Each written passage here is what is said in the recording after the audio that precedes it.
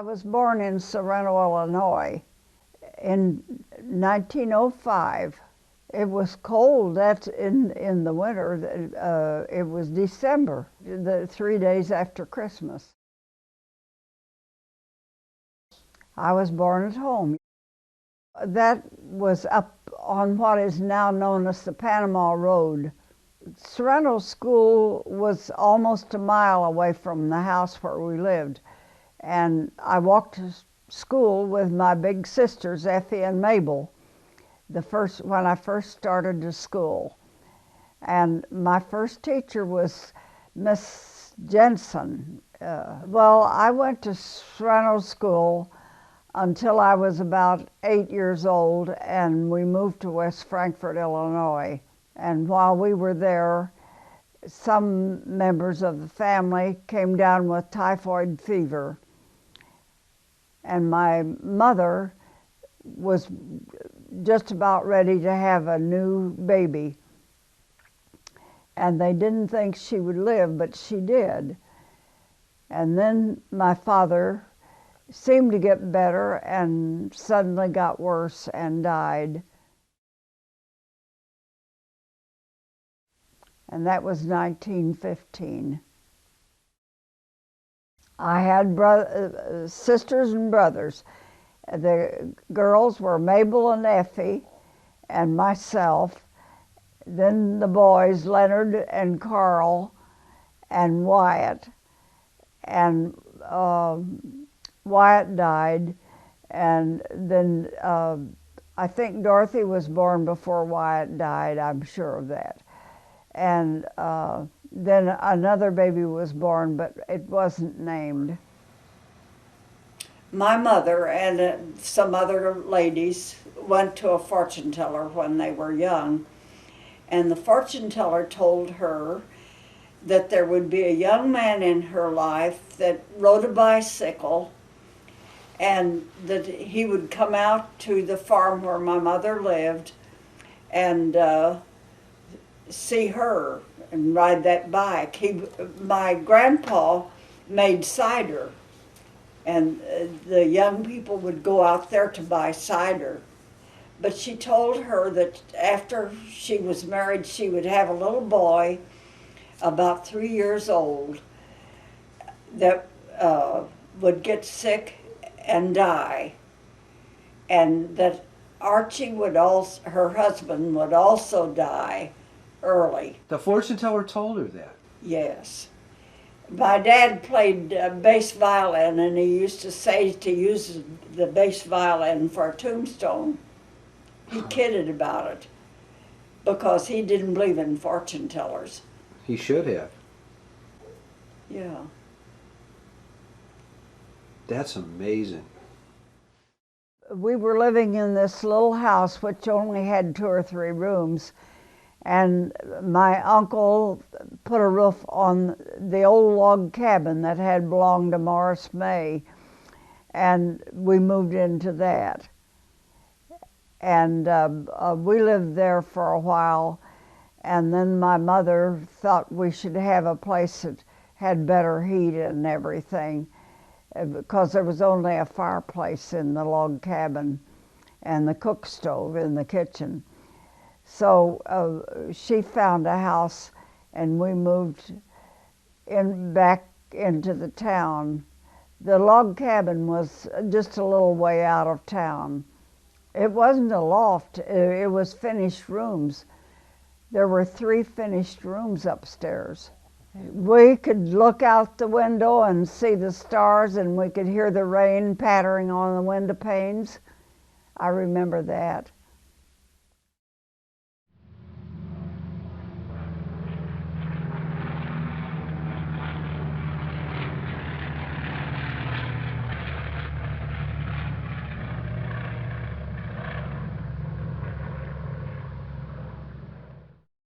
Before Charles Lindbergh became famous, he landed his plane out by the Chestnut Farm in Sorento, Illinois.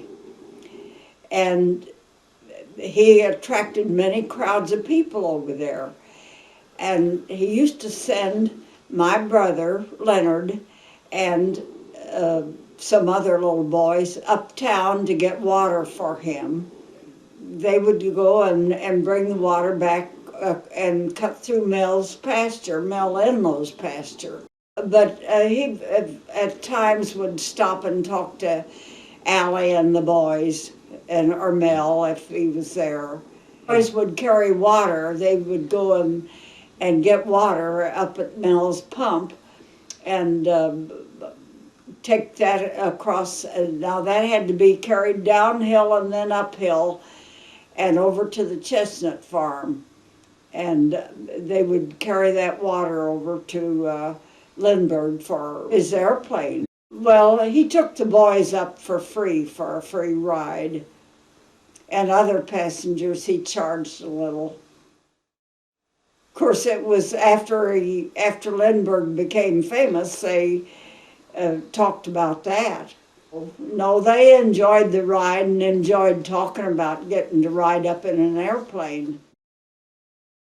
Anyway, we moved to Greenville, and Mabel stayed with us children while Mom worked at DeMoulin's in Greenville, sewing as a sample maker at DeMoulin's. Effie played trumpet in a marching band, but she was in school at that time. My father taught Mabel to play the violin, and I don't know how old she was when she started, but she was pretty accomplished when she was about 12, and Effie was younger. Effie was about 10, and Effie played the trumpet or cornet, and they both played at the theater in West Frankfort, Illinois. They had a woman piano player, and my father played clarinet. Mabel played the violin, and Effie played the cornet. So I remember one time he got up, and Effie played the cornet for him, and it was such a thrill for him to know that he had taught her to play the cornet and had taught Mabel to play violin. He was very proud of his little girls. My mother already had had some piano music training. A neighbor woman had taught her and her sister Ida to play piano. I see. Or organ, and they both knew how to play at the time. And my mother, when my mother married my dad, then they played together in an orchestra for a movie house and for dances. Oh, I heard my cousin play by ear. My cousin Eunice Bartles, she played piano or organ by ear, and she could just sit there and play anything. And I thought it was wonderful, so I tried to do it, and I ended up playing by ear all my life. When we were in Litchfield, my sister Mabel got a job at the shoe factory, and later Effie got a job, and then my mother got a job at the shoe factory, and that was International Shoe. Yeah, the building is still there. Well, Mabel was playing, she was working at the shoe factory in the daytime, and I went to the theater and told the theater man that my sisters could play music, and he said, "What can they play?" And I said, "They can play anything." So he said, "Well, send them up, I'll talk to them." So they went up and he hired them. And they played, and there was a Miss Stratman that played the piano. Mabel played violin, and Effie played cornet. They played for old movies and vaudeville. Mabel especially played for vaudeville. Well, she thinks that she met Bob Hope when he played the small theater circuit, you know, and he was on stage there, and he walked her home from the theater because she was a violinist there. Mabel and Melvin got married, and they wanted us to move to St. Louis. He had a job there, and Mabel got a job and wanted me to get a job and work where she did. My mother had already moved to St. Louis, renting a place that was vacant, and it had been a restaurant. And my mother decided to start a restaurant. And so she talked to the landlady, and the landlady gave her 2 months free rent. And we went over and we started a pretty successful restaurant. Oh, we just had regular meals. We always served a plate lunch and a salad dish on the side. And we didn't charge nearly enough, so we weren't making much money. But we did have food and things for ourselves. So we ate at the restaurant a lot. Now, what about pie? Mom made pies every day. She and I would go over before daylight sometimes and she would start making pies, and I helped her cut up apples and things and peel, and then I whipped when she made lemon and soft pies like that, I whipped the icing and that sort of thing. I whipped the eggs to make icing. And so you did a lot of the waiting of tables? I waited on tables, and Mom and her sister Ida did the cooking. They were both good cooks. And we always had a full house in there to eat at noon. Well, when we lived on Lemp Avenue, there was an outdoor movie place that we could go to for around 10 or 15 cents.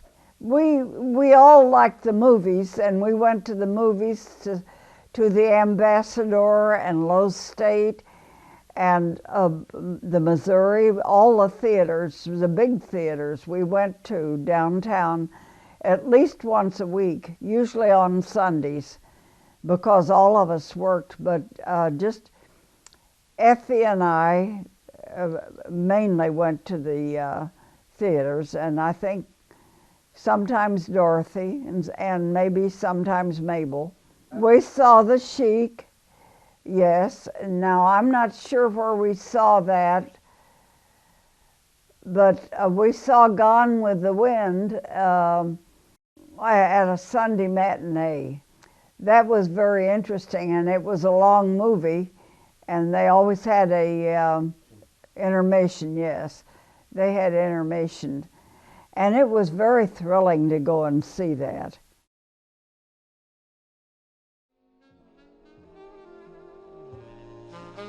And I decided to go and get a job there too, so I could come home with Effie, mainly.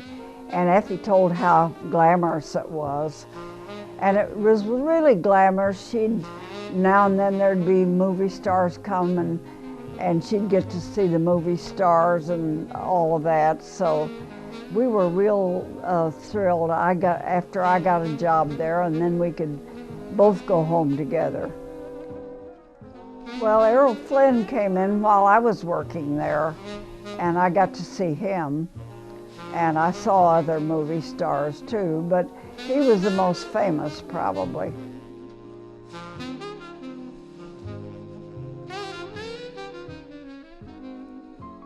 We moved to Magnolia after Dorothy had been working a while, and I had been working on Lemp Avenue.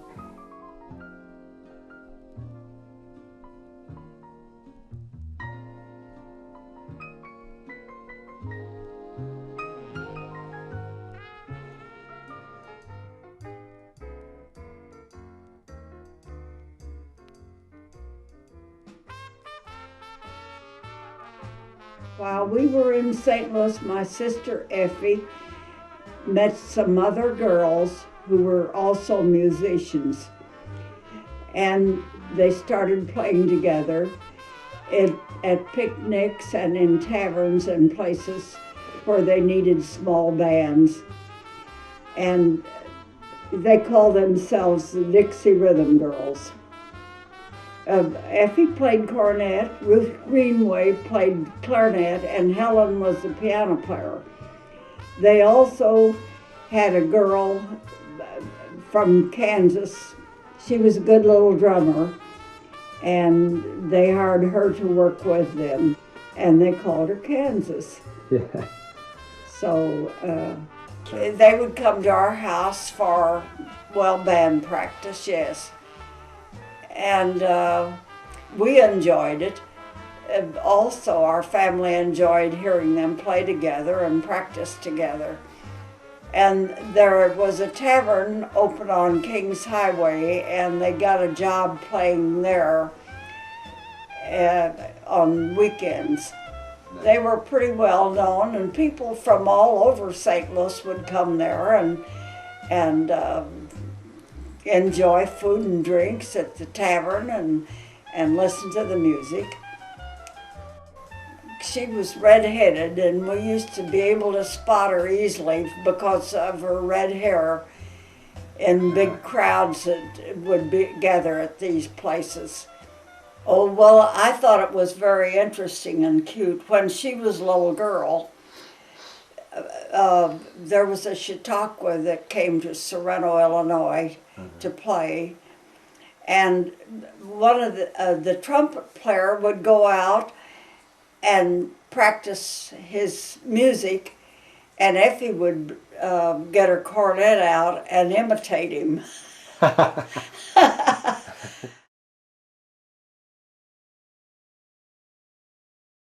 She and another girl decided to move to California. So they were working in California, and Effie met her husband Luther Butts and married him there.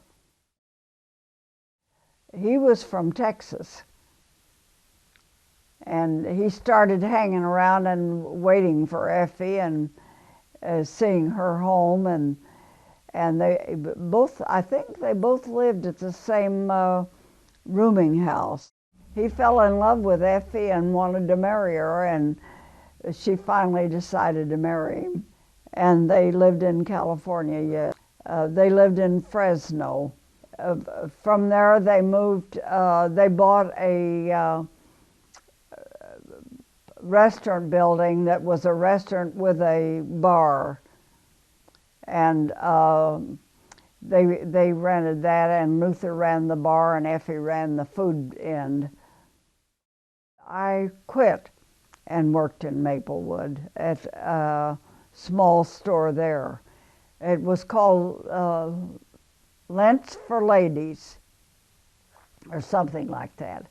I'll tell you, those jobs are exciting and everything when you first take them, and they get old. You get so tired of the same thing. And so I did the same kind of work, but it was a different atmosphere. Well, I idolized my mother. That's how I felt about her. And she was so good to all of us. And I think because she realized that we didn't have as much as other kids, you know, that had a daddy. And she felt sorry for us as well as loving us. She was a very loving, kind woman. And she worked very hard all her life. And after my father died, she got up out of a sick bed and started taking care of all of us. My mother was a very pretty woman, and she was not always stout. And I used to think I would look at her at a picnic or someplace and look at all the other families and mothers, and I'd think my mother is the prettiest woman here. I always felt that she was the prettiest woman there. She was a farm girl, yeah. Her father had a 20-acre farm, and that's where they lived, and he raised some crops there, and they had a few trees and with peaches and apples and things. And we went blackberry picking and picked berries. We'd come home with buckets full of berries that we got along the roadside. And Mom would cook them right away and put them in jars, fruit jars. And we'd have those for winter mainly. But we always had plenty of blackberry pie and things like that when it was in season. Well, we were new in St. Louis and it was Depression years. So I found myself passing time by drawing and trying to paint with just whatever I could paint with. I used anything, rouge or eyebrow pencil and things from the cosmetics for my first things that I used to paint with, and any kind of paper I had. And so one day I was at work and a young girl was talking about going to her art class. And I said, I've always wanted to study art. I said, where do you go? And she gave me Val Vogel's address, and I went to Val Vogel, and I told Val I wanted to paint, and she says, I don't promise to make a big painter, but she says, if you're serious, you can learn. And Val came over and gave me a start. Several years, I studied several years there. Paintings. I did quite a few paintings, and I still have some of them. I could have sold them, but I didn't want to part with them. They were the first things I did, and I wanted to keep them.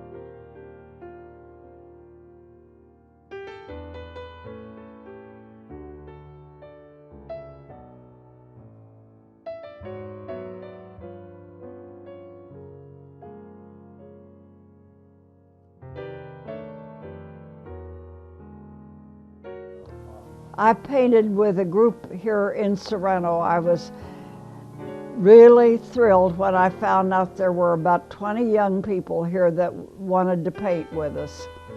All of us paint together. So we met uptown, and they gave us a free space uptown in one of the buildings. And we could go in there on the days that we met and paint to our heart's content.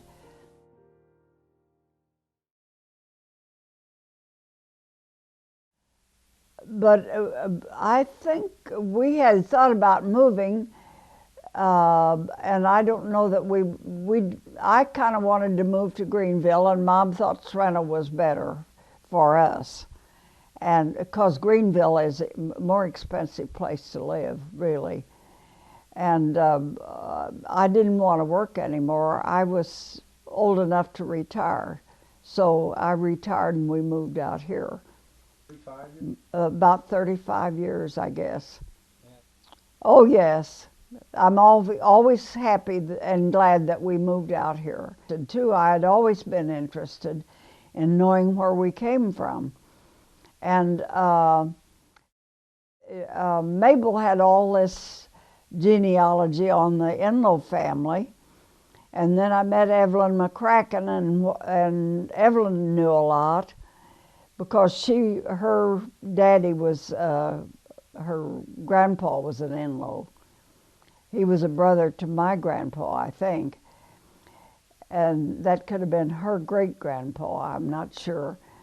But anyway, then I went to genealogy meetings, and when Effie moved out here, we all went, you know, and we went with Lillian and Earl. Yes, I stayed with it quite a while until my eyes kind of gave out, and I was using my eyes a lot doing genealogy. Oh, I met wonderful people doing genealogy, yes.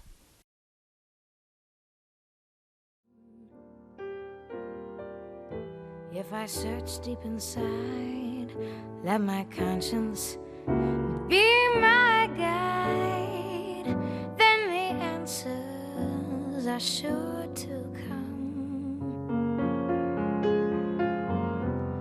Don't have to worry none.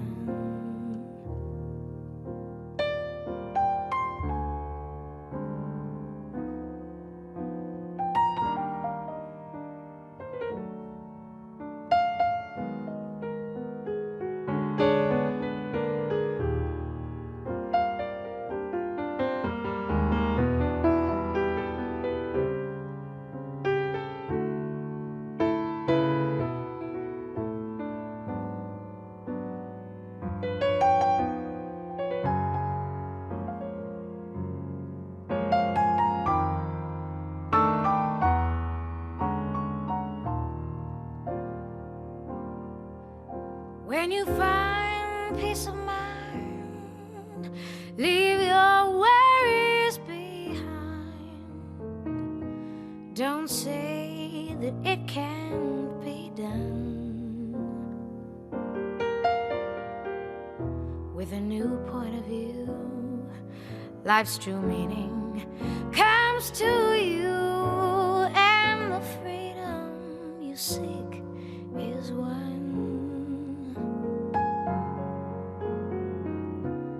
Peace is for everyone.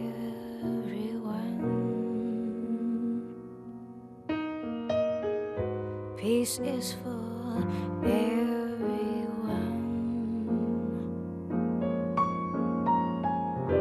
Peace is for everyone.